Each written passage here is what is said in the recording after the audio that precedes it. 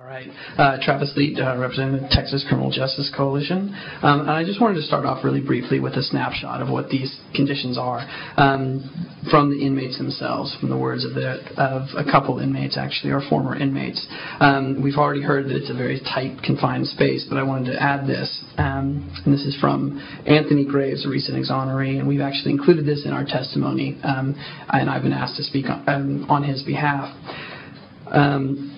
I was subject to sleep deprivation. I would hear the clanging of metal doors throughout the night, an officer walking the runs and shining his flashlight in your eyes, or an inmate kicking and screaming because he's lost his mind.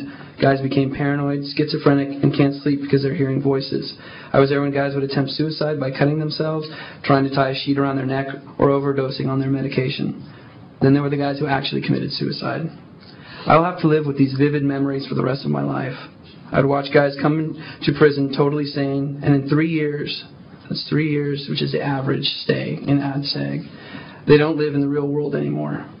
I know a guy who would sit in the middle of the floor, rip up his sheet, wrap it around himself, and light it on fire. Another guy would go out in the rec yard, get naked, lie down, and urinate all over himself. He would take his feces and smear it all over his face as though he was in military combat.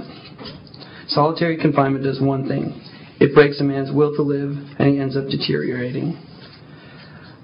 And this is from a letter from an inmate who's currently in administrative segregation. He's been in there for over 18 years.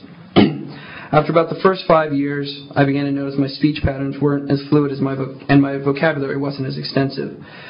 About the 10th year, I began to develop anxiety issues where I would actually sweat under my arms and the palms of my hands waiting to go to recreation or visit. I also began to notice I would get angry over some of the smallest things, like having to wait my turn in the shower or an officer not answering when I asked him a question. Around the 10th year, I also noticed I became more antisocial, didn't want to talk to others. When I did talk to them, I had little patience and wanted to get right to the point rather than just killing time.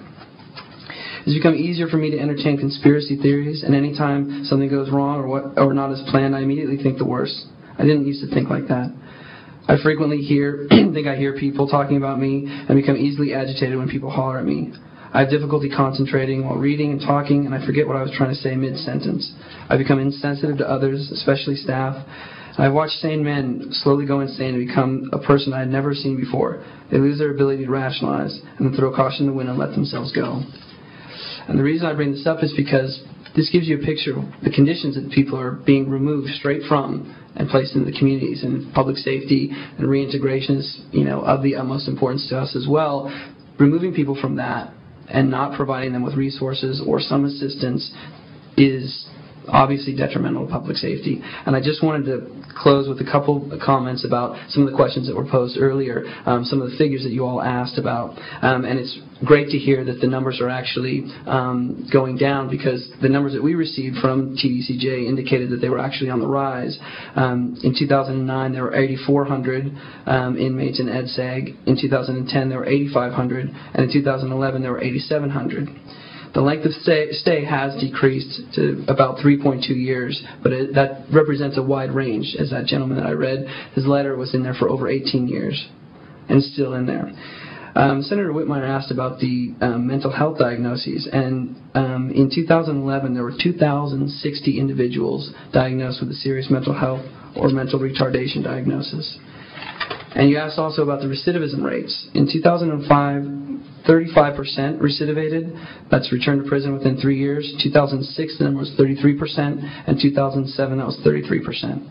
I don't have this 2007 figures, but as you know, they go in 3-year increments. But the 2005 and 2006, the arrests within 3 years were over 60% for both those years.